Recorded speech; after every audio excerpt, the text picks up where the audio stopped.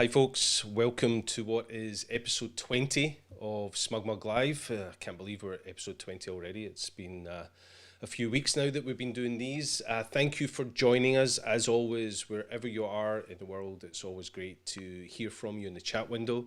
So don't forget to give us a little shout out, say hello, let us know what part of the world you're joining us from today.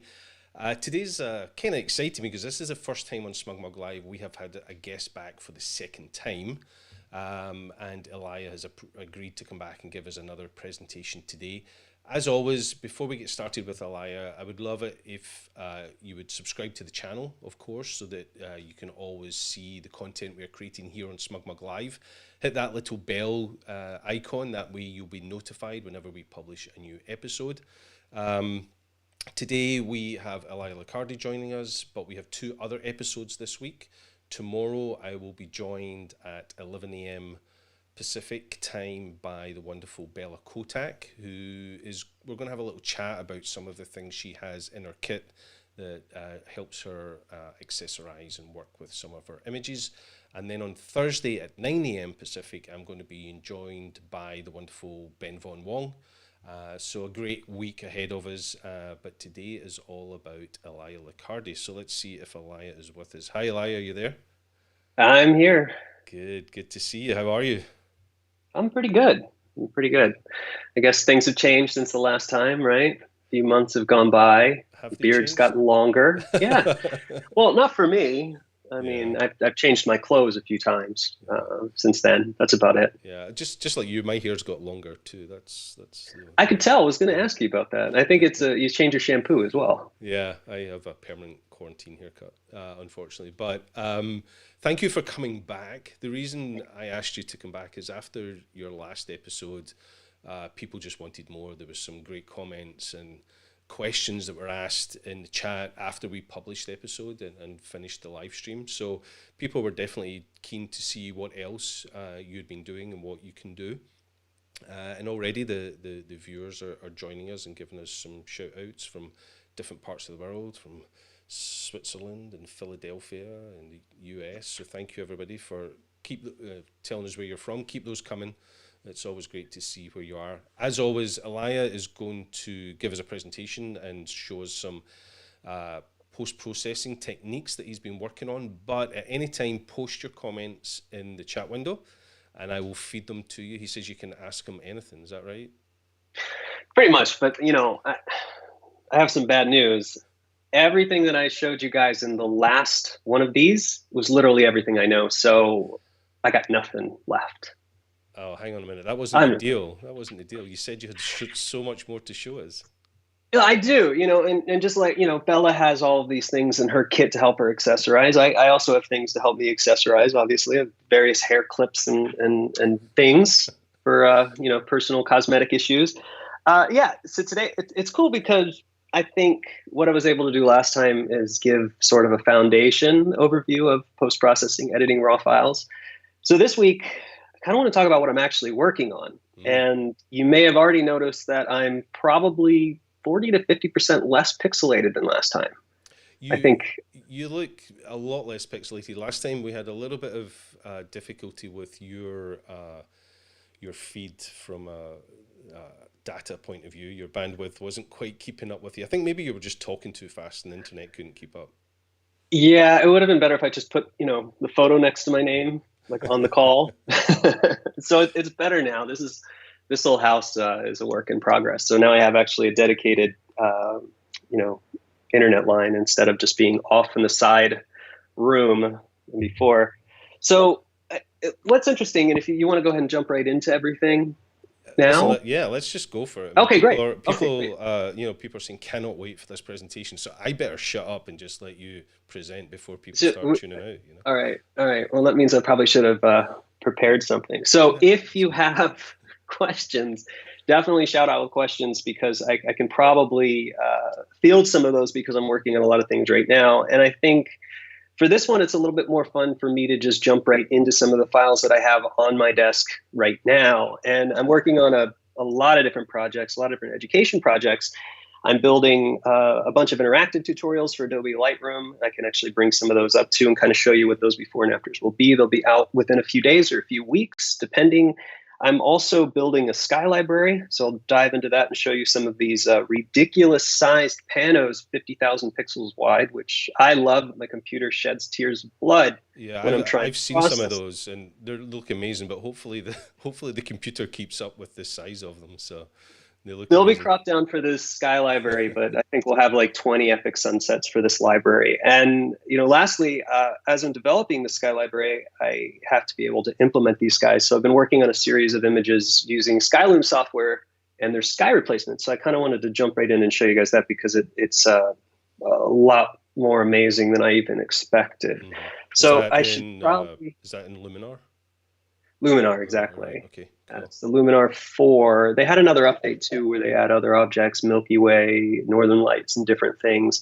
So you can take it as far as you want to take it. But it's one of those times where, I've used Photoshop since, was it 1999, right? Hmm. So a few things have changed.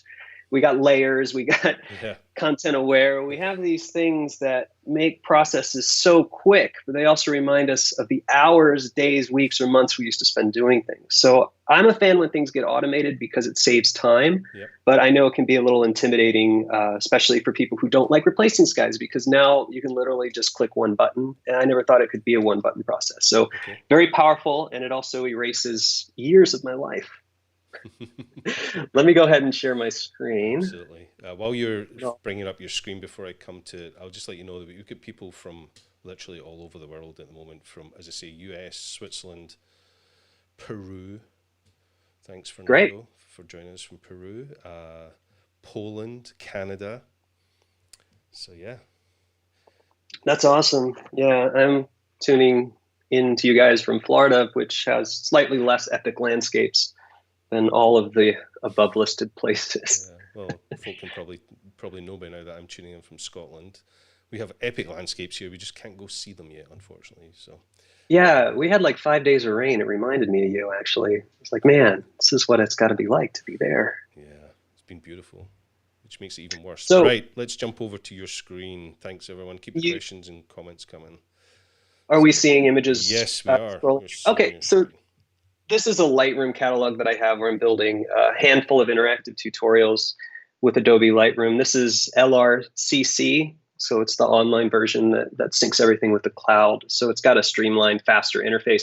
These tutorials are going to be released within the next few days or the next few weeks, depending. I'm not sure what the actual release schedule is, but they're going to be over a variety of topics. So kind of dovetailing exactly into what I was speaking about last week, these are processed 100% with Lightroom. So you can see these before and afters, whether it's just a dramatic sky or it's a situation like this in Rome when this photo literally came from this raw file. So we've gone from almost the impossible amount of shadow recovery to being able to do this. So each one of those will be, they're interactive too, and built right into the interface. And they're not, mine aren't out yet, but if I actually go here to the home button, we'll see all of these interactive tutorials here. Right. And you can click on them and they take you through it. So we'll have a series of 20 or 40 of them that are going to cover different topics, from even portraiture stuff all the way through advanced color correction and landscape photography. Yeah. So those will be coming soon. But what I want to look at now. But go back, sorry, before you move on, go back to that image and show us the before. Oh, did it not hang on screen? Roll. Yeah, I'll slow things down a little bit too, because there's probably a little bit of lag. Yeah, so that's finished. I'm just thinking, only a few years ago, if we had saw that image, we would just have rejected it straight away and said, no, can't do anything with that. It's interesting too, because a lot of this stuff, I mean, this is a low light shot of the Milky Way, and we're looking at these befores, and this is the Nikon D800, I think. But I went through some of my old files because I had to create a collection to process these. A lot of these are shots that I've captured. Like this is 5 or 6 years ago I captured this. Same thing with this quite a few years ago. So I'm going back through the archives because we're all stuck at home to find things that make great examples for tutorials and even ways to increase natural light. And it's been fun because I've had to go back pretty far. I've gone back all the way to 2013, 2012, 2011, back to before we really had the ability to process RAWs like we do.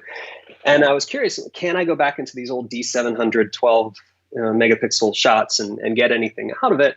And the answer is no. There's nothing. There is nothing there. So in a few short years, we were really able to just push these files to the limit, which is amazing, actually. So you still can't create something that's not there in the first place, even with the modern software we have.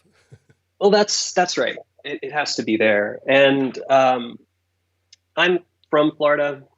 We live in Florida. It's a beautiful place if you want to see skies like this. This is basically that's not Scotland. Yeah, that looks very like that's Scotland. Not well. Actually, yeah, could be Scotland as we speak. Not at the moment. Yeah. So this is what I've been doing over the last few months is just capturing different skies. So every morning I wake up. This is a 2-minute walk from my house to the beach. It's a 5-minute drive to the other side to the river. So I'm actually able to capture these skies every single day. And I've been shooting them as panoramic images because we can crop in. So I'm basically going to create this whole sky pack out of Florida skies, which can be extremely dramatic and fun. And the reason I wanted to do this is because when I started going back through my archives, and these are all images that I really like, there's powerful sky, interesting composition, because these are edits that I'm doing in Lightroom. Most of the shots that I threw away or never used were shots where it was a blue sky. So in Rome, for example, let me open up Photoshop, and this is one of the ones that we're going to talk about. Should be this one, that one, there's one here. This shot I threw away. I've shot this bridge maybe 50 times over the last 10 years. And I have 1 or 2 shots that I've walked away with that I use as a portfolio shot because it's basically a blue sky. So many times I've shot and ended up with this result. Doesn't matter where I am in the world. Most of the shots, 3/4 of them at least, are unusable skies. And over the years, if it's for client work or it's something for a gallery, something that I have to do, I'll replace skies and I'll do it manually. But usually if it's just for my portfolio, I'll go back another time because that's part of the fun, right? Yeah. Trying to capture the right sky with the right landscape. Well, these days, especially COVID-19, I've been sitting at home for like 6 months. So I started going through all these archives and I found at least 100 shots that would have been portfolio shots if they had a good sky. Right. And so that led me to think, well, do I really want to put the work in? And the answer was no. I absolutely do not want to try to do this manually. And that's kind of where this plugin comes in. And it's really cool. So in a one button process, we can actually go from here to here. Well, it's 2 buttons because I added the reflection myself, but we have no sky to a beautiful sky. And it's nice because any of these things that we have in our archives or any of the times that we shoot, as long as there's good light and it's shot correctly, we can just quickly add these skies in. Now, while it's a instant process, sort of a one-click process, it doesn't mean it's going to work all the time, right? We have to have the right sky. We can't just put the Milky Way here. It's just not going to work in Venice. So we still have to obey the rules of reality, even though we're making a composite. So you can't get too ambitious. And that's been the last couple of weeks really experimenting with this and figuring out which skies are going to work. Like obviously this isn't going to work for a blue hour shot. Yeah. I'd want to go somewhere a little bit darker, something like this. Mm-hmm. And then you want to, edit it to make it look like it belongs. So that's taking a little bit of time, and it's changing the design of the sky library that I'm creating. Rather than just giving 20 random skies, I'm going through and making sure that there are enough for certain situations. So if you have something that's earlier in the evening before sunset, you have a sky that has more orange in it. If you have something that's into the blue hour, you want more deeper blues in the top and maybe magentas on the horizon, but you want sort of subtle light. So I'm trying to build it in a way where you can just get started doing it without having to experiment for weeks doing it like I've been doing. But it's kind of cool. And it's one of those examples where a few weeks ago I'd never done this, but now I'm doing it every day. And it's also going to make a lot of people mad. I get that. You kind of think, I get frustrated too.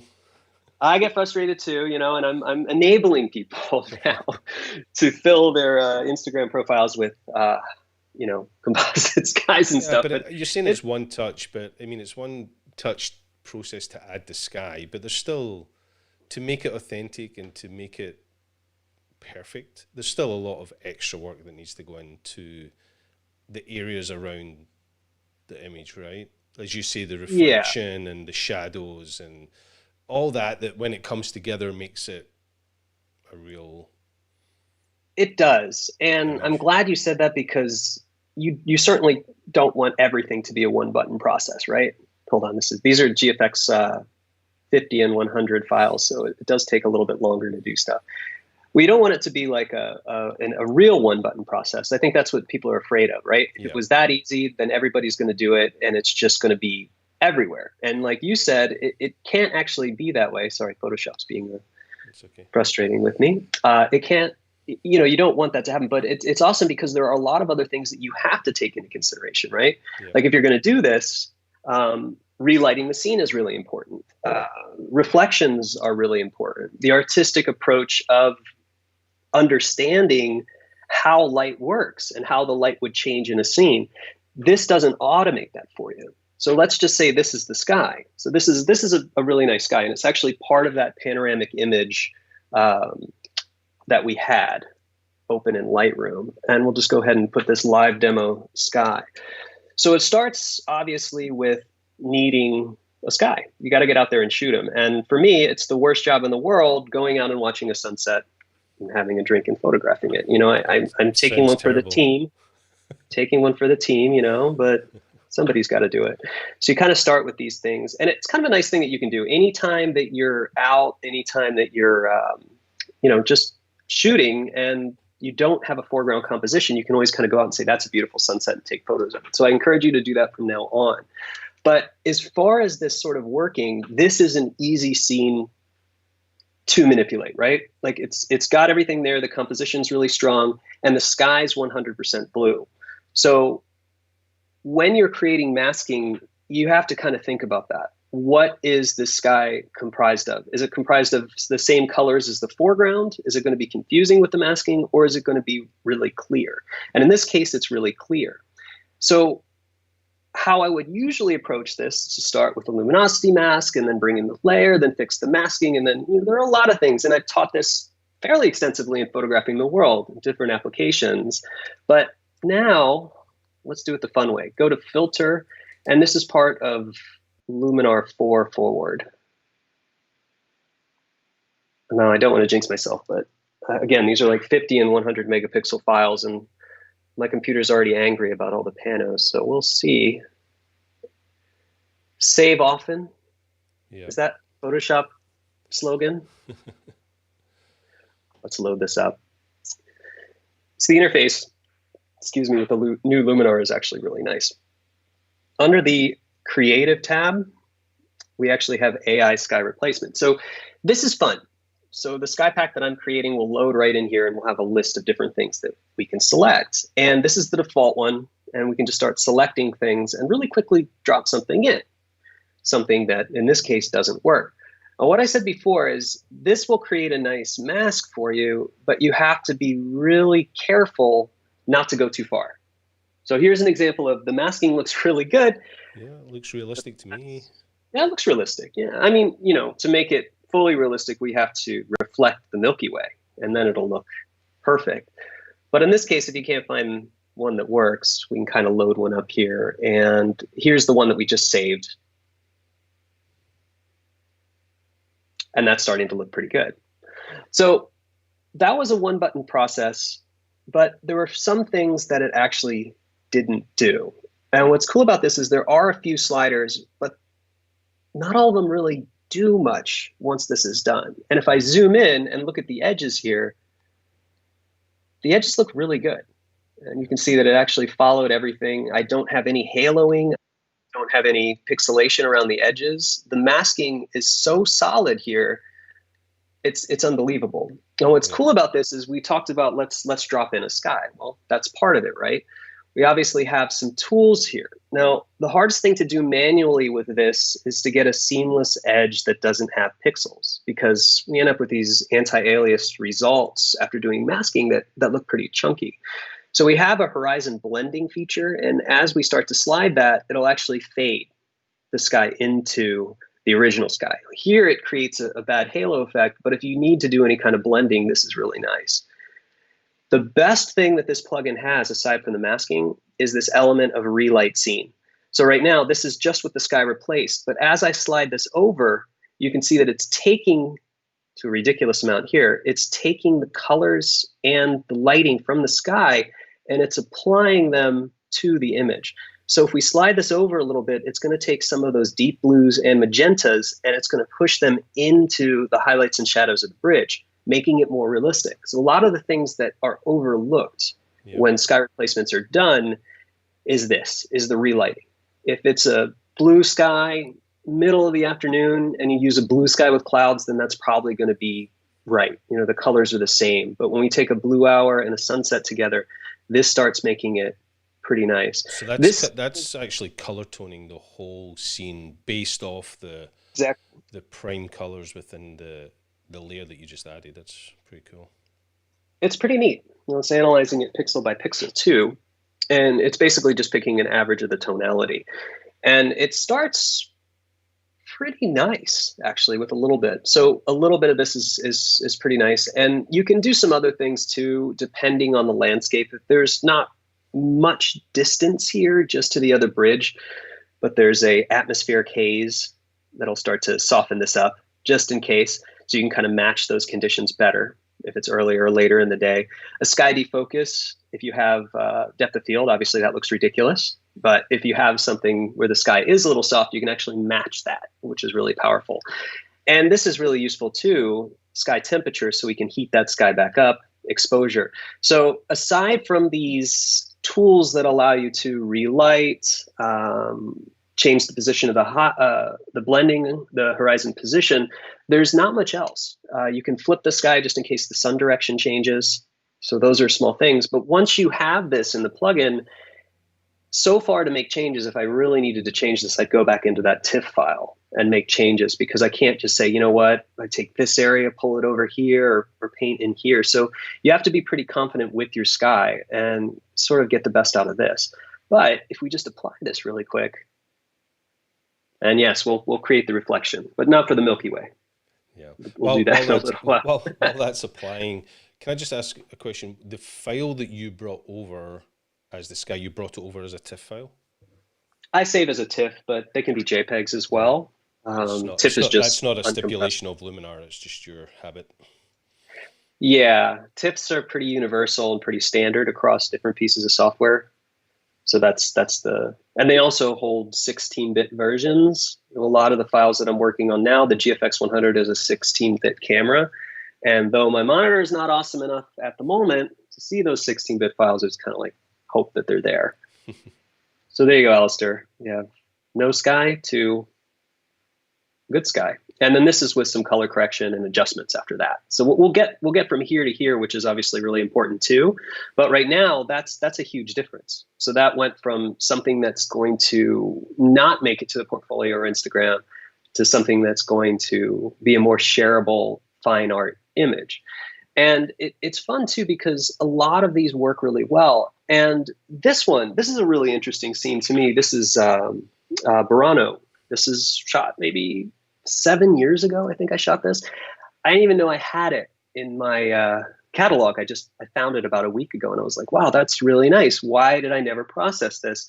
And the reason I never processed it is the sky's it's not very nice. But adding some things to it, you can see we actually go from here to here. So this is where, I'm just going to show this one more time. This is where this gets a little bit more complicated, and I'll show you why. I think, again, this is a Nikon D800 shot. It has been kind of fun. Going back through 10 or 12 years of photos has been, it's about 40 terabytes of stuff. It's taken me 6 weeks to go through it. I mean, that's not working all day, every day. It's a couple hours a day, but it's been massive. So this is a more typical kind of scene that you'll encounter, where there's some elements in the sky. We have a cumulus cloud here and a soft blue. So if I try this again, just for fun, yeah, I love it. Isn't that awesome though? I mean, come on. I know all the photos now. Every single one of my photos is going to be a Milky Way shot. The same Milky Way. The same. Exactly. The same Milky Way. Let's see what we have here. here's the one that I used here. So you can see it's just cropped on the horizon, a really simple one. There's the moon, which is interesting. We don't really need to use that. So I'll just open this up. And it drops in pretty well, actually really well. But if we look here, there's some issues. So this is the kind of stuff that you'll start to encounter. Around this antenna here, there's some masking issues. Around here, some more masking issues. And it actually happened right around that cumulus cloud. So it is a one-button process. Everywhere else looks great. These edges are perfect.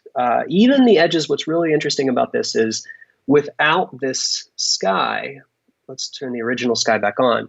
When you really zoom into the pixel level, and if you're posting to Instagram, nobody's ever going to see this, but the larger you print, the more you're going to see it. The edges of these antennas are basically picking up the sky because it's not a full pixel on the edge. It's anti-alias, which means that it's picking up some of the color from the background and the foreground object.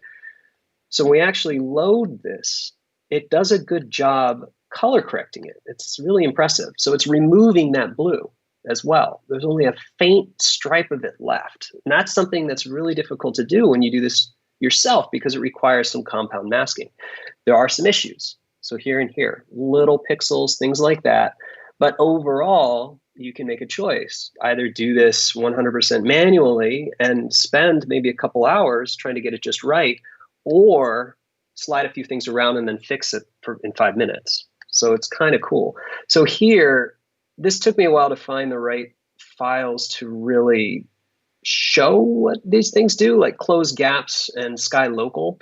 Close gaps will actually seek this out and randomize it. So you can see that we're eating away some of the sky there, but as I pull this slider in, it's actually kind of correcting it. So it's searching it until it goes too far. So this is a tolerance slider.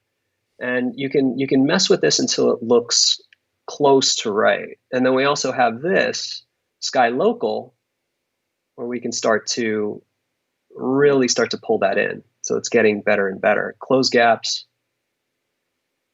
a little bit more. That's too much until we get it right. So it's pretty close and we can fix these little things. Defocus, temperature, little changes like this. Sky global, you can see that this is also, let's just get that in there. This is pulling it in a little bit. So find a nice equilibrium. This is pretty easy to fix. And then this is really quite powerful. So this relight scene is pretty amazing. So it changes the whole mood. And as you do this, you can quickly do these nice color corrections to it. And this is something that takes a long time to get right after you place the sky. Let's go ahead and apply this one. And we'll let it go.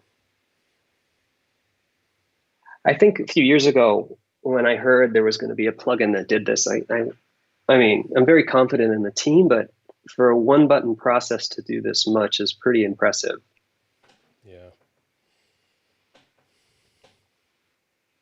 This kind of makes us feel like, I never thought you could do this in a one-button process. At what point, or how far can we take this after that? Well, here's my version. It's a little different. All right.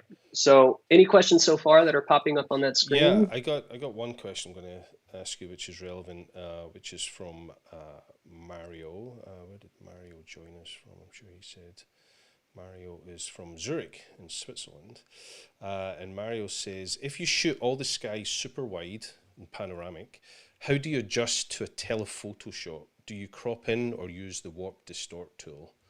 So you've got this huge sky shot that you've done. How do you make that fit something that's a bit more compact? That's something that, let me open something up here. You'd want to adjust it in the file. If you're using the sky replacement tool, so let's just go ahead and open up the sky. We'd want it to be fairly similar to the shot we're using and that we're placing the sky with. So in other words, if this was a panoramic shot, I think the plugin replaces it, but picks the same pixels.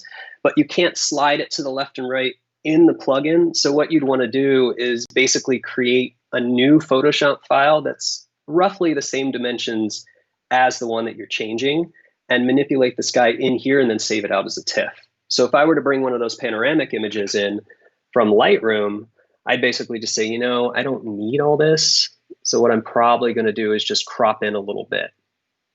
And this is 40,000 pixels wide. So I really don't need this entire thing. And it also brings up the point is you probably don't need to shoot them at 400 megapixels. But here, then I could basically just come in and say, you know what, this is going to be the sky that we use. And just to fix that a little bit more, kind of crop this, bring this into Photoshop, get rid of this little bit here, and then this would become the file that I bring in there. So you really only want to bring in the whole piece that you're going to use. If you're doing it manually, then you can bring it in, reposition it, and mask it in Photoshop.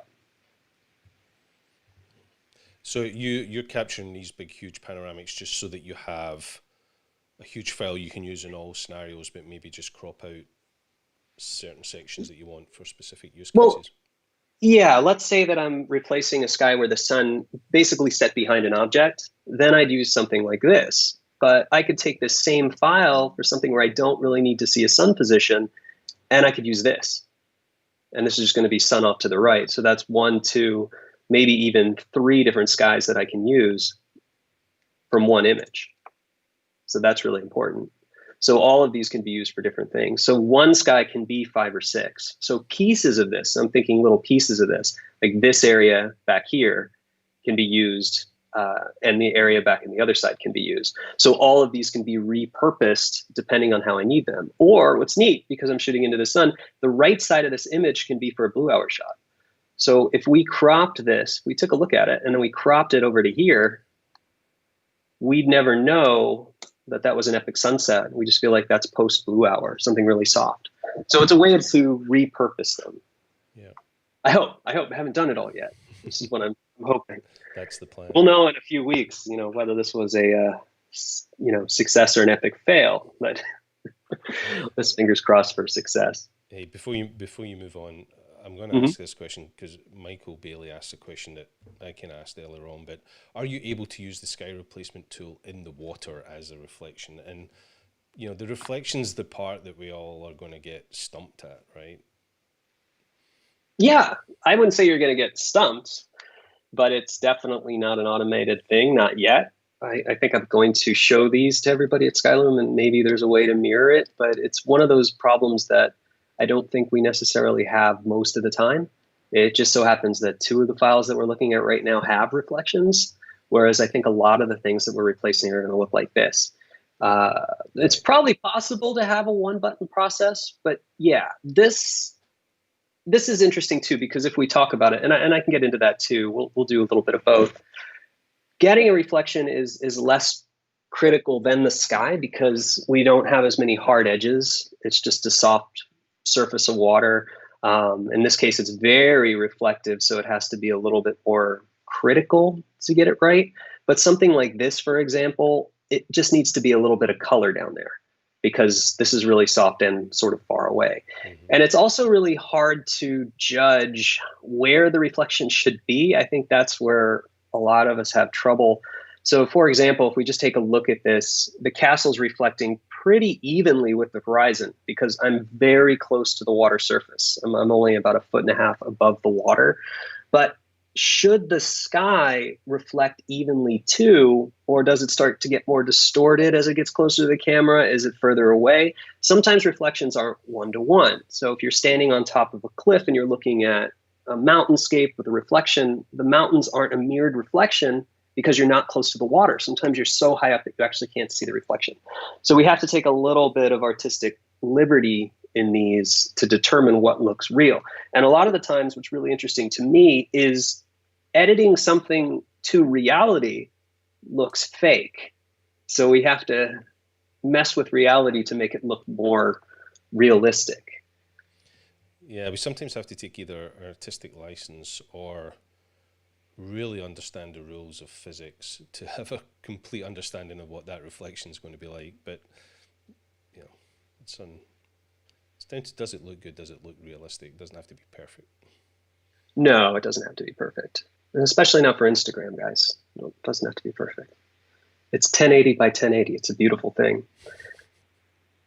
So obviously this to this, these are a couple things I wanted to go over. It's a big difference in terms of color and contrast. So along those same lines, all of the post-processing that I'm doing after Adobe Lightroom or after raw editing that doesn't have to do with object removal and exposure blending and things like that, any of the enhancing or sweetening of the colors and light, I'm doing that all here in Luminar because it's extremely powerful. It's easy. And I wanted to go over some of the go-to filters that I use, that I'm using in almost every application. The first one under Essentials is light. This is going to look really familiar. So exposure, highlights, this one needs to be adjusted. And again, it's not in the raw file. It's hard to get raw files just right before you go into Photoshop when you're doing sky replacements because you don't have the whole image with you. So this is an easy way to tune it. But what's great is this smart contrast is one of the nicest single contrast sliders that I've ever used. It's beautiful contrast. So really quickly, you can just tune the image to get it back to something that needs some adjustment. AI Enhance, again, it's like the magic slider. When you start to do this, it's going to bring up some of the values in the shadows and the midtones. And, you can really crank that up and make it like a, 2002 HDR, which you really don't want to do. But subtlety here is nice. And I think when we're getting used to plugins, the natural thing is to kind of go all the way to the right. But we can always build it up. So you start with little bits. So a little bit of this. Structure we'll talk about in a few minutes. Landscape enhancer is really nice for certain things. There's not a lot of landscape in this. If there's greenscape, you can see these trees right here. You can actually dial right into the greens to make them a little bit more enhanced. There's a dehaze slider that's built right in. So we covered, in the creative, we covered the sky replacement. But there's one that's kind of hidden here under professional. And I don't really know why they're designated as professional, but there's one that's really important called advanced contrast. So a lot of the things that I'm doing to the images after they're edited and raw blended, however complicated it is adding contrast. But it's not just adding global contrast. It's figuring out, should there be more contrast in the shadows? Should the shadows be a little bit brighter? Can we spread out the detail in the midtones? Can we create more tonal or color variation? These are all the things, and that can be done so many ways with masking in Photoshop, with luminosity masking. It can be done with so many things, super simple to super complex. But the easiest way is to just go in there and use some of these sliders. So the highlight contrast just works with the highlights. You can see that it's pulling some of those highlights down. So this is a good way to just kind of tune in the specific contrast. And once you start to have a baseline for these, as long as you started light, we can actually, continue to pull the contrast up, pull the highlights down a little bit, check that enhance, pull that back a little, and very quickly we can come away with something nice. So AI enhance, light, landscape enhancer, and advanced contrast. Those are the first things that I try on an image now, just because it speeds up the workflow. To do this manually would have taken probably 15, 20 minutes. But here I can save it as a preset and sort of load it as a default. A couple other ones too. It really depends on how far you want to push things. Depending on the camera that you're shooting with, you may have images that are sharper than other images, depending on the sensor. And if you're really wanting to sharpen images, there's two types of ways that you can sharpen. And you can sharpen something to where it has chisel sharp edges, or you can sharpen something to where it looks like it has more structure. So in AI structure, a lot the same ways that the enhance works, it actually goes in and kind of figures out where all these values are separated, highlight, midtone, shadow. And it'll go in and sort of cut these out. So it's a little bit more than just a sharpening plugin, whereas it goes in and it chisels out more detail. And that could be really important for realism. But as I start to do this, you can see that it's doing it just to the sky and the bridge. It's not easier to mask. So we can go further in this. I'm not going to go that far into it, but we can then brush this in. So if I wanted to brush this in here, we could say, well, we need a ridiculous amount of this.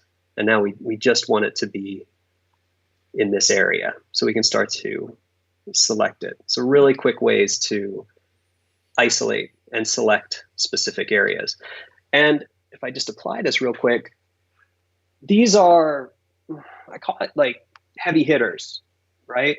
So if you're working on dozens of images, you might not run them all through this, but you're going to run a lot of them through it. And especially if they're of a similar type. So this image, the image from Venice, they're very similar in tonality and types of architecture. So chances are these same settings are going to work on both of them. If we're doing landscape stuff, then traditional landscapes are different than towns and cityscapes. They require different kinds of love, maybe a little bit more dehaze and some subtle differences like that. But if we had just opened this straight out of camera, run through the sky replacement, and then also enhanced it, we did this in a 3-step process. Into Photoshop, here comes that sky, and now we're starting to get something that looks a little bit better. But that doesn't help us with the reflection, right? Is that what we're all like kind of afraid of, is water, actually doing Photoshop? Yeah. We can do the rest of it, we think. How can we do the water? How can we do the water? Yeah, this is where it gets really fun. So it was nice because inside that TIFF file actually had the sky already saved out, right? So we can take a look at it. And if I change this, well, I don't even have to change the blending mode, but if I move this around, we can actually figure out where it is in the sky. So I can basically match it to the position. So we look at it here, it's pretty close. We can even make some other adjustments here. It's a reflection, so it doesn't have to be perfect, but now it's close. A little bit more. There we go. And it'll be, nope. My Photoshop is there we go. Perfect. Done. First thing is we have to kind of mirror it, right? So we're looking at this as we're breaking down this reflection and saying, you know, this feels like it should be pretty even. So if we take this, we can actually just flip it. So we'll go ahead and flip it like this, and we'll keep it around 100%, so negative 100, like this. We'll wait for Photoshop to catch up.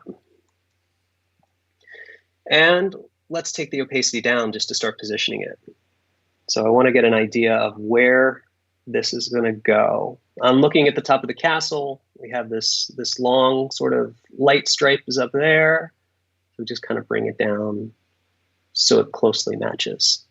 So something like that. So we have the positioning of this done. That's the most important part first, is understanding where it's going to go. The next thing we can do is figure out, okay, well, now that is done, where does this reflection exist? Does it actually creep into any of the architecture, or is it just going to be in these blue areas? And you can see that we have the same kind of color cast. The blue reflecting from the bridge of the sky is reflecting from the bridge, but nothing else really is. So it only needs to exist inside of the blue. So at this point, we have choices. We can do it the very easy way, which is just with a mask. So instead of doing anything complicated, I can mask it completely out and start to brush it in. So we can just brush this in, light opacity, brush it in. And as long as, and I'm not too worried about overlap right now in these areas, I'm just trying to rough it in. This is kind of like a garbage mask. We're just kind of roughing it in. All right. So we're going to start with the easy way. This is the way, believe it or not, this is the way I do it at first, because it doesn't have to be perfect, just has to be close. If you look at it, not bad. Turn it on and off, well, there's some overflow, which is easy to fix. Because then if we're just doing this with masking, swap that to a black mask, let Photoshop catch up with itself, and we can kind of bring that in. So getting this in a easy way. So it's not that difficult. You just have to sort of choose your own adventure. So here too, if you use a light flow or opacity, it works a little bit better because it's a little bit more forgiving when you start to do this. And if we add a little bit more in, you see we can add a light amount here. So that should be pretty good for the time limit that we have. I don't want to get too much time making this perfect, but let's say that that looks fairly good in position. So from here, if we use the simple masking technique, the next thing we should do is probably play with the opacity. Now, I wish there was a blending mode that worked universally across the board for this, but none of them are really going to be perfect. So lighting's going to do some weird things to the blues. Overlay is just going to be overly dark. Soft light a little bit, but the best one actually looks like it's going to be normal, but we have to get the opacity right. Now, what's interesting about this is the opacity is going to rule sort of how much of that reflection is present in the water. But what I like to do is throw a curves layer or levels layer above this. And if you hold the Option key, click in between layers, we can link this so that it only exists for that layer. So once I set the opacity, I can say, you know what, it's looking a little dull down there. So we need to sort of bump up the contrast here. The magenta needs to come up a little bit just so it feels a little bit warmer. I'll pull a little bit of the blue up in the shadows just to give it a little bit more life on top. Because the problem with the normal, instead of using a blending mode, is it's literally just going to be a faded version of itself. So then we can start to get this just right. So limit it now like this. And then depending on the way that the masking worked. So the mask looks like this. It's really nothing special. You can make some small adjustments. So in this case, we can go ahead and sort of bring this over, and I'm going to sort of redo this because I would want to soften this edge from here to here, this transition, as much as possible, and just make it a more of a softer approach. Now, the nice thing is nobody's really telling you that a certain amount of the sky has to be in the water. This is completely up to you. You just want to make it look as realistic as possible. And if you feel like it still needs something, you can add as many of these adjustment layers on top, even something simple like a brightness and contrast, and give it a little bit more contrast, a little bit more brightness really quick. So that's the easy way. That's the really easy way.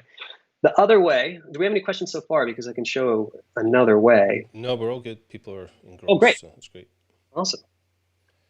Still get people And joining this is, us. It's great. Yeah, it's fairly simple, but things don't have to be complicated, right? So let's just go ahead and sort of reset what we have here again, just so we have two versions. And we'll go ahead and remove this mask because I'm going to basically start over here with this. Okay, let's turn the opacity back up. So we're going to start over with a different way.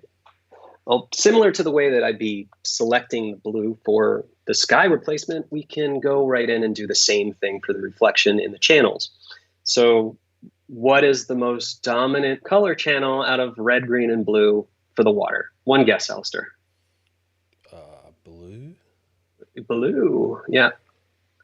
We can actually look at them. So we're looking for areas of contrast. So there's a good amount of contrast here. So we can repurpose a copy of this blue channel for the reflection.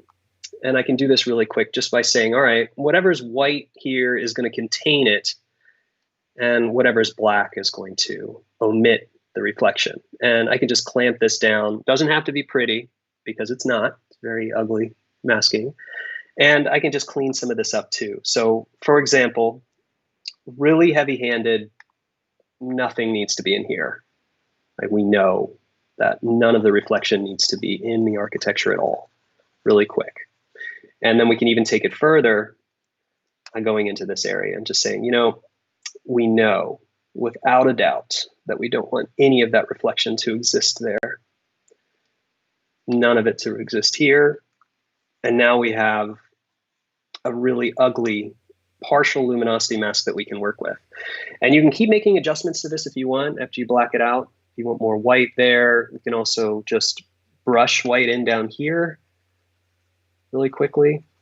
And then we have a basic mask. So once we have this, I'll go ahead and undo that because we'll do that on the live mask. We can load it using a command click option, control click on a PC. And I can apply this as a mask. And now it's just going to exist inside of there. And if I start to bring the opacity down, we start with a better selection than we had before because it's only existing inside of there. But it's not perfect. So this is what it looks like too. So we will have to clean this up.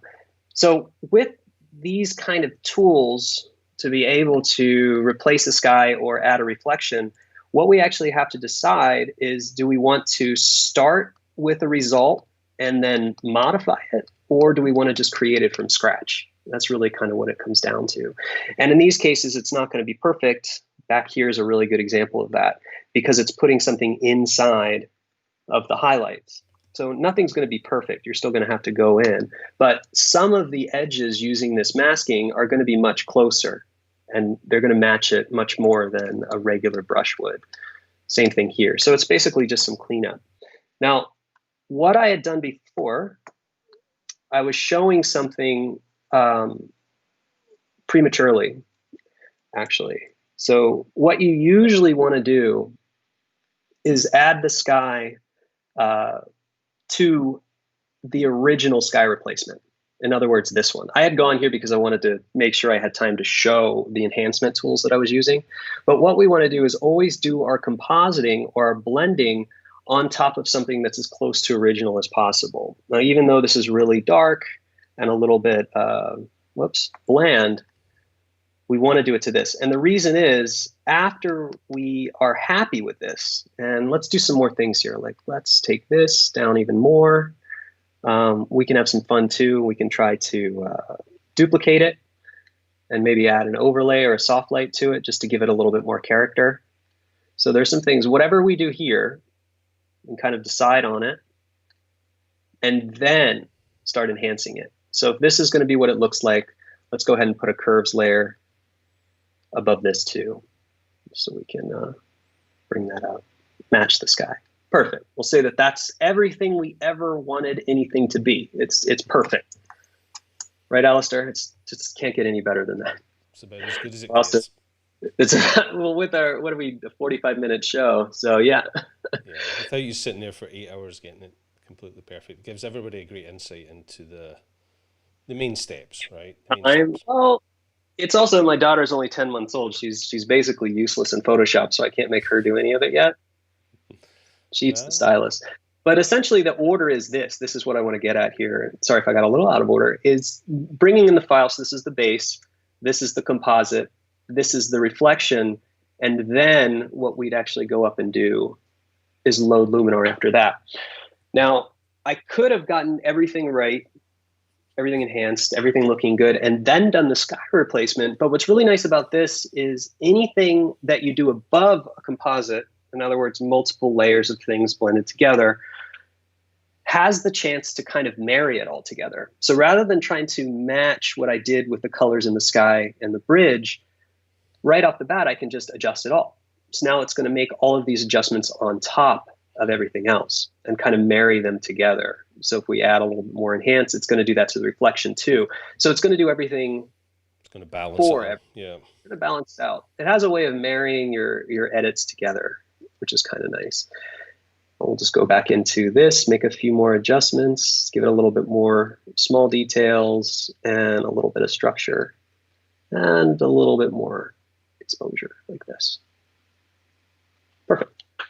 It's not perfect, but we'll just say it is. Within 45 minutes, it's pretty awesome. Well, it's kind of fun.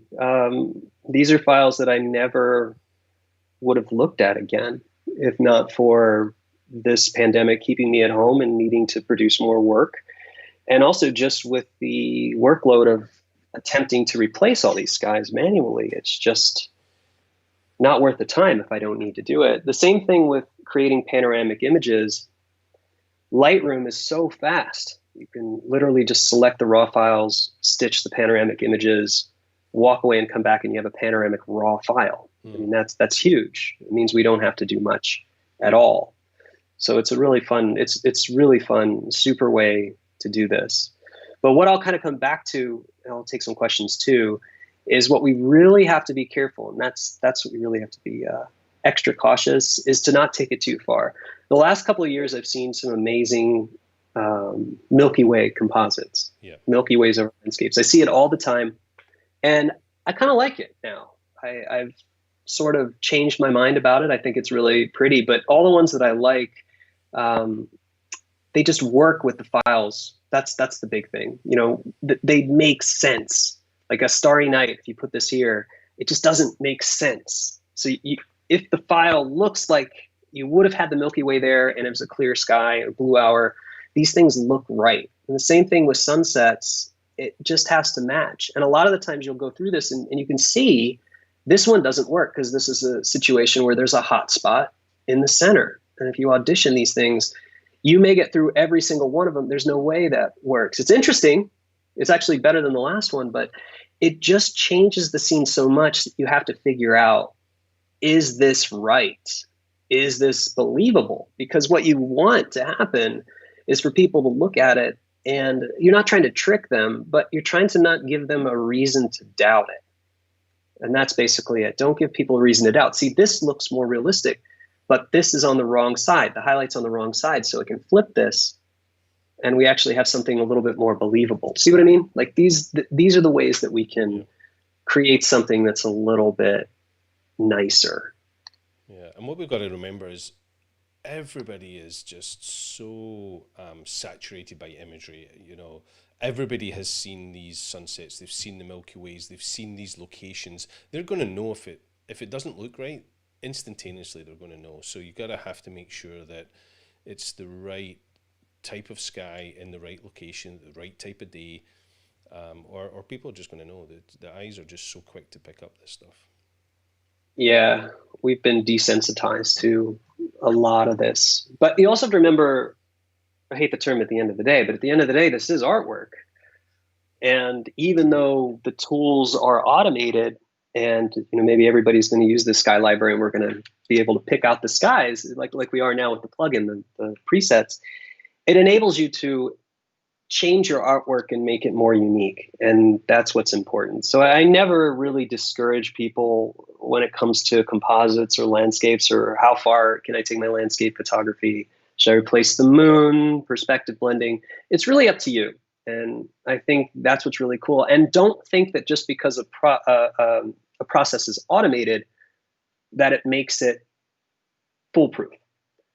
Even though this is easy to replace the sky, you can still make it look horrible. I still can make anything look horrible, even though it's automated. So it does simplify things, but it actually makes things more complicated too, because then you have to interpret more of it. It gives you everything. You're like, how about that? No, that doesn't work. How about that? Maybe, it puts more responsibility on the user to, take it to the next level, so it doesn't look like it's just an automated process. True. I'm gonna ask the audience that are watching to do me a favor. If you've enjoyed what Elia has been showing you so far, give us a thumbs up, hit that like button. It does a lot of good for the channel. It also helps other people find this video because it's suggested to them more often. So give us a thumbs up if you've liked what Elia has been doing so far. I really appreciate it. There is a question. Oh yeah, go ahead. I'm going to load up something while you do that. So a question here first of all, Sebastian says hi from Argentina. So we're definitely getting questions from all over the world today, which is great. Appreciate it. That's awesome. And then he follows up with a question. Will there be Photographing the World 5? Thank you for asking that, Sebastian, because I was definitely going to make sure to mention it and see if we could get it straight from Elia, whether it will be another tutorial. Yeah, I mean, I can at least switch back to the, let me address the camera for a second. Stop sharing. Am I back? You're back. Yeah, we've got you. Okay. Yeah. So the short answer is yes. The long answer is it was supposed to be done already. We were going to be in Japan for the cherry blossom season, and obviously that changed. We're talking about doing one this summer for in the United States, utilizing camper vans, so we don't have to stay in any hotels. So it's in the works, but we're also not in a hurry to do it. We're kind of we're waiting to see when everything's safe. I feel like we all feel like not only can it be a danger to ourselves if things aren't safe, but we certainly don't want to set the wrong example, saying, you should be staying at home, but it's okay that we go film these things. So we're really conscious of about that. Yeah. So as soon as everything feels good and I'm happy with encouraging people to travel, there will be a Photographing World 5 and some sort of weird continuation of Patrick's Space Boots. I don't know what yet. It's all about the space boots. But yes, certainly as soon as you can do that, I'm sure there's an audience that's desperate to see the continuation of that tutorial series. I know I am. There's always something to learn, even if you are socially distancing in camper vans in the US or something like that. There are ways to do it right now, but it's just we're not in a hurry. But Yeah. it's definitely something we love the project. The behind the scenes turn out hilarious every time. So it's just a matter of time, and then making sure it's a continuation with the education as well. New techniques, new tools, new locations, stuff like that. Yeah. Question here from someone called The Aquatic Life. Thank you for joining us today. Elia, any plans on doing future workshops? COVID dependent, of course. Any in-person workshops? I guess it's difficult to say, right? I mean, yeah, but I guess we can't really say when. I still don't think it's the right time, even if I didn't schedule too many photo tours or anything this year anyway, so I didn't have a lot of them to cancel. I just don't think it's time yet. I don't know if it would send the right message, but I'm hoping that 2021 will be, if not business as usual, there'll certainly be some worldwide events that we can do. But at this point, I can't say. I just hopefully by the beginning of next year. Maybe. Well, yeah, we can't say. You didn't have many planned this year because you were busy doing something else super important. Yeah, being a yeah. daddy. Being a dad is a favorite thing I've ever done, I have to say. There was a comment way back. Let me scroll back, see if I can find it. Someone called Anchor Blasey says, "Wait, Elia isn't homeless anymore. I was just selling. I was just selling the location independent concept to my wife. Now you're at home at the moment with the family." Yeah. We bought a house last year and remodeled it, and it turned out to be the best decision we made. we got really lucky with the timing, but it wasn't just because we were having a baby. That's obviously, if you're going to have a baby, then having a home might help a little bit. After about 4 years, it just got too hard to manage. Just so many projects, just the gear alone, trying to figure out how to get things to places from places, how to travel with 5 drones at once, which is impossible. Shipping things from Tokyo to Rome, back to the United States. It was a mess. So it ended up being easier just to establish a location. And we picked Central Florida on the coast because our family's here and it's where we lived before we became location independent. And we kind of thought, after being homeless for 5 years, we really don't have anything left to prove. It'd be nice to have somewhere to put our stuff. And with the pandemic, we talked about what it would have been like to not have a home. What we have done, we'd have to find something to rent, stay with family. It would have been so complicated. So I don't want to discourage anybody who's thinking about doing it. It's a wonderful experience. But for us, it was fun. It was amazing. I learned more doing it than I ever would have expected. But what I also learned is having a home is something that's really special too. And when you don't have one for a while, you realize that it doesn't have to be a shackle. So when you talk about those kind of things, it's like being liberated, selling all your stuff and everything. Having stuff is good too. So the moving forward is the balance between work, family, nature, and eventually what travel will become. Yeah. Your timing was spot on. I'm so glad things worked out for you this year. What with having a family and having a home to base yourselves in, but also with the current situation we're in. Here's a fun follow-up question from the Aquatic Life. They say, okay, how about a fun one? Will you do a follow-up to the Olive Garden video? And if so, what would the location be? Maybe you should start by explaining what the Olive Garden video is all about for those that don't know. The real quick version, if you search my name in Olive Garden, it'll come up. We created Photographing the World starting in 2014, released in 2015, and we always have issues with downloadable content. People take it on BitTorrent. It just happens. Millions of people do it all over the world. That's fine. For the first two, Photographing the one and two, we wanted to seed the BitTorrent client so that people would download a fake one, and maybe that fake one would get popular. We tried it. We couldn't figure it out.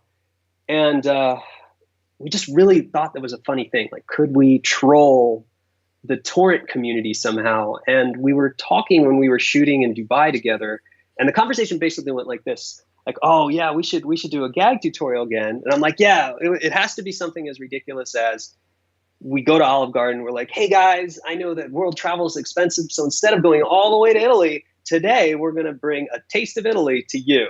And that was how I pitched it. And as a joke, like, we find something like this, and Lee's like, that's it. That's what we're gonna do. So we did it, and it was actually really interesting because we did it. It was a full tutorial. Actually, teach composition skills at Olive Garden. And as post processing, it has a very adult rated reveal at the end, which is great. We were able to seed it and get people to download it, and then we released a blog post about it. And the blog post is funny, explains the whole process.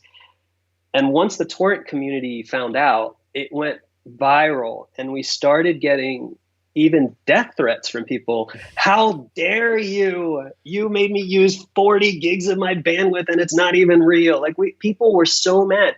We had hundreds of comments from Torrent Freak and all these other forums mad. They were pissed at us because we spoofed them and they spent money downloading our, fake tutorial illegally. So it was we had hoped, like, it took us days to create this tutorial. We thought people would be like, well done, haha. But no, people were mad. So what can we do? What could you do to from follow that there? one up? Yeah, where would it be? And that's we can't really say because you don't want to give the game away. Yeah, I've had a few ideas since then, but I'm open to suggestions too because it went pretty viral. It was really funny. I don't know. We can't go the same route. We can't do like Home Depot versus Lowe's, home improvement. We'll come It's up gotta with something, I'm sure, though. Yeah. I'm sure Photographing the world under the sea version. I don't know. Photographing the world in the dark. I don't know. Something. Well, right now it'd be photographing the backyard. Yeah. Let's see what we got. Sylvain asks a question. Thank you. Looking for a bit of advice. What about Japan in October with fall foliage? Any location you would recommend except Kyoto? For October, the Five Lakes around Mount Fuji. That's the best because that's going to peak probably mid to late October, where Tokyo is going to be more a November thing. Kyoto is going to be more of a November foliage. So you have to check the websites and what the average blooms were. The issue with Japan is you have a very long country from north to south and a lot of different temperate zones. So the fall is like a 3-month process. It happens very early in the north and very late in the south. So every area is kind of a unique thing. So definitely check that. But that for October, that would be the nicest area. So Lake Kawaguchiko is where you would see the shots with the maple leaves surrounding the mountain with the mist on it. That's Kawaguchiko Lake. So that's probably the easiest one in October to get to. There you go. Great advice. Just so many great comments talking about the Olive Garden one, saying, it was awesome. It was hilarious. Suggestion that they do In-N-Out burger. Dalton says you should do Red Lobster. Tushar says you guys were very smart with it. They loved that idea. That was great. So yeah, a lot of photographers really appreciated that humor you added to a very serious note about plagiarism. Yeah. Within that. It had a message, but really it was just kind of fun. I feel like in the photography world, everybody takes themselves so seriously, and especially with education. I just thought we could do something funny or fun for a change rather than let's just talk about editing photos. There's a comment here. Swati Mohammed says he's sorry for obviously the COVID situation. We're all locked in. He says, did you ever see a beautiful cityscape where you wish you were had you been in lockdown? Is there somewhere in the world that if you'd had to be locked somewhere other than at home, where would you have been? Oh man, I'm not sure. There are a lot of great places, backyards, but I think, well, okay, let's extend that to if you can hike, then maybe a lockdown in Iceland or Norway would be amazing. New Zealand closed down and they've eradicated the virus, Yep. so No, you could probably still have really good wine and landscapes in New Zealand. you just can't I travel think there. If you had been there at the moment, if you had been then there, that's great. it. Yeah. That's there are a lot of people that there are some stories and bloggers and influencers who have gotten stuck in locations and they've done some really interesting things. Yeah.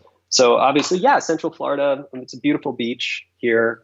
We have rocket launches, which is kind of neat. So I got to see the NASA Yep. SpaceX launch in person, which was cool. But yeah, it's not super inspiring here. I definitely would have liked, I think, a mountainous area, nature, not just birds and aquatic nature, but some are beautiful in the mountains. That would have been nice. Yeah. So next time, uh, Next if we all time. see this coming, I don't know.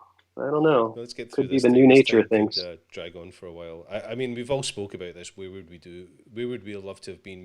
What would we have done if we'd been stuck somewhere else? But I think we should all be grateful for those of us that were able to be at home with our families, because we all travel so much with our jobs and Yeah. stuff that it very easily could have been very different. A few weeks ago, we had another one of our ambassadors, Brett Florence, on the show. He's a wedding photographer. He lives in Amsterdam, and he was in Cape Town just as it shut down, and he pulled Wow. every string to get on the very last flight out of Cape Town to Amsterdam, and just made it home. And for all Cape Town's a beautiful place, being stuck away from home is tough. Well, that's it. And I canceled in February. I canceled everything because I was upcoming a month or 2 months in Japan, and I just thought, it could go fine, but what if I get stuck away from my family? And that's not a good thing. So yeah, at that point, it doesn't matter how beautiful or exotic the place is. If you're stuck away from the people you care about with no end in sight, then it can become, even the most beautiful place can become a nightmare situation. I think that's something to remember too. But I am thankful for the time at home. I Absolutely. really wouldn't trade it for anything. And every day on the calendar stuff, I finally deleted everything. Yeah, we were going to be here, we were going to be there, but it's still going to be there later. Absolutely. Um, I'm gonna stop the questions there, folks. I'm sure, although this is the second time we've convinced you here, I'm sure we'll get Elia back either on this show or in some other format. But thank you so much. Before we say goodbye to Elia, I'm gonna ask you all for one more favor. Thank you to everyone who's given us a thumbs up already on the show. It really makes a difference. I really appreciate it. But also don't forget to hit the subscribe button and click on that little bell notification. That way you will be notified about every episode we've got coming up here on the show. And just to recap, tomorrow I'm going to be joined by the incredible Bella Kotak, who's going to give us a little insight into what's in our bag, not specifically about camera gear, but about accessories. So all those little pieces that really help a shoot come together that you can't really live without. So tune in tomorrow. That's at 11 a.m. Pacific time, again here on SmugMug Live. And then on Thursday at 9 a.m, I am joined by the wonderful Ben Von Wong. Really looking forward to having a chat with Ben. But again, Elia, thank you so much for today. I really appreciate it. Thank you, everybody, for tuning in. Elia, stay safe with the family, and we'll catch up soon, Yeah. hopefully. Yeah. Take care, everybody. Be Yeah. safe. Okay, thanks, everybody. Thank you for joining.